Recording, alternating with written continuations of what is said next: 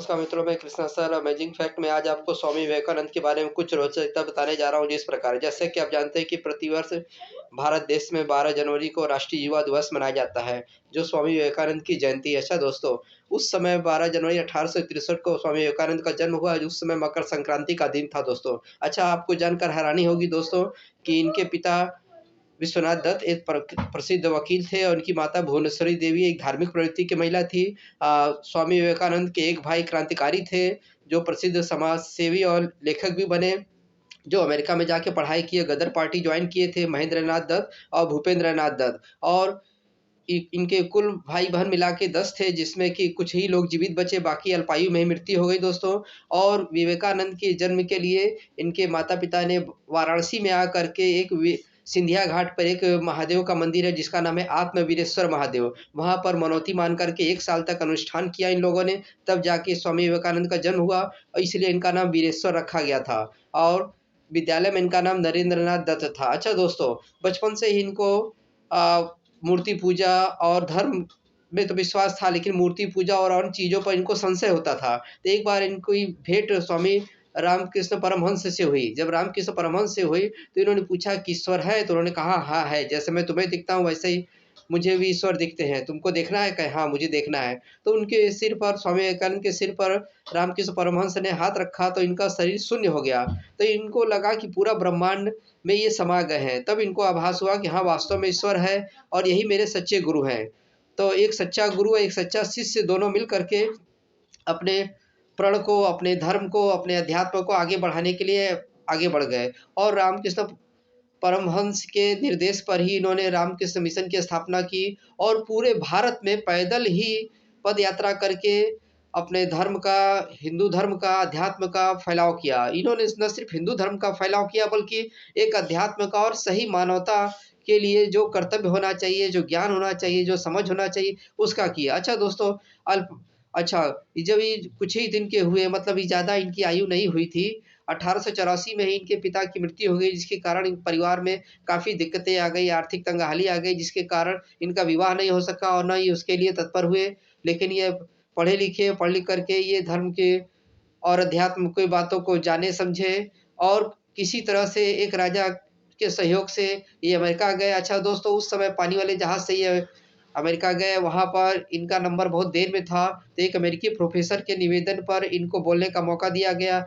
अच्छा दोस्तों, सबको सिर्फ़ 2-4 मिनट ही बोलने का मौका दिया गया था। इनको भी उतना ही मौका दिया गया, लेकिन इनके बोलने का अंदाज़ जो था, जो कहने का ढंग था, वो वहाँ के लोगों को बहुत ही पसंद आया। जैसे कि आप सुनते होंगे, अक्सर लोग जेंटलमैन बोलते हैं, लेकिन इन्होंने कहा, my dear sisters and brothers of America, माने मेरी अमेरिकावासी बहनों-भाइयों। ये सुन कर के वहाँ के लोग गदगद हो गए और तालियों की गड़गड़ाहट से इनका अभिवादन किए। अच्छा दोस्तों, काफ़ी देर तक इनके भाषण को, इनके विचारों को सुनते रहे और वहाँ पर इन्होंने न्यूयॉर्क वेदांत सोसाइटी की स्थापना की और हेल महोदय का परिवार इनका काफ़ी आवभगत करता था, इनको बहुत मानता था। और वहाँ पर ये 4 सालों तक अमेरिका में सोचिए कि उस समय दोस्तों, ये 4 साल तक अमेरिका में निःशुल्क रहे, माने कभी किसी के घर का मेहमान बनते थे, कभी किसी के घर जाते थे।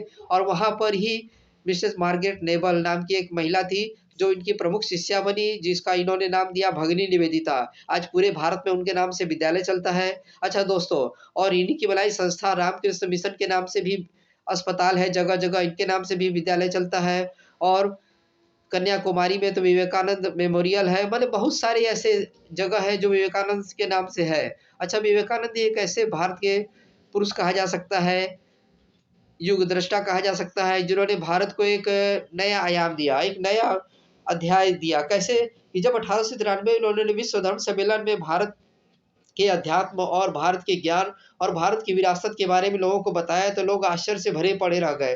क्यों? क्योंकि इन्होंने ही मनुष्य के सही कर्तव्य, सही भाव और सही दृष्टि को बताया है कि मनुष्य का जन्म सिर्फ़ भोग-विलास या काम करने के लिए नहीं हुआ है, बल्कि उसका आत्म साक्षात्कार प्राप्त करने के लिए हुआ है। तो वहाँ के लोग काफ़ी प्रसन्न हुए इनसे और इनका बड़ा सम्मान किए। अच्छा दोस्तों, 39 वर्ष की अवस्था में ही अमेरिका के स्वतंत्रता दिवस के दिन ही 4 जुलाई को ही इनकी मृत्यु हुई दोस्तों, 39 वर्ष की अवस्था में। अच्छा दोस्तों, इनके बनाए संकल्प, इनके बनाए विचार, इनके बनाए आदर्श हमें आज भी प्रेरित करते हैं। इनका बहुत बातें हैं, जैसे कि जब अंग्रेज इनसे मिलते थे तब पूछते थे कि आप इस तरह गेरुआ वस्त्र क्यों पहनते हैं दोस्तों? तो उनका कहना था कि गेरुआ वस्त्र हम इसलिए पहनते हैं क्योंकि हमारे पास धर्म है और धर्म ही हमारी शक्ति है। अच्छा दोस्तों, आप लोगों ने कई चित्रों में इनका देखा होगा कि इन्होंने सिर पर एक पगड़ी बाँधी हुई है।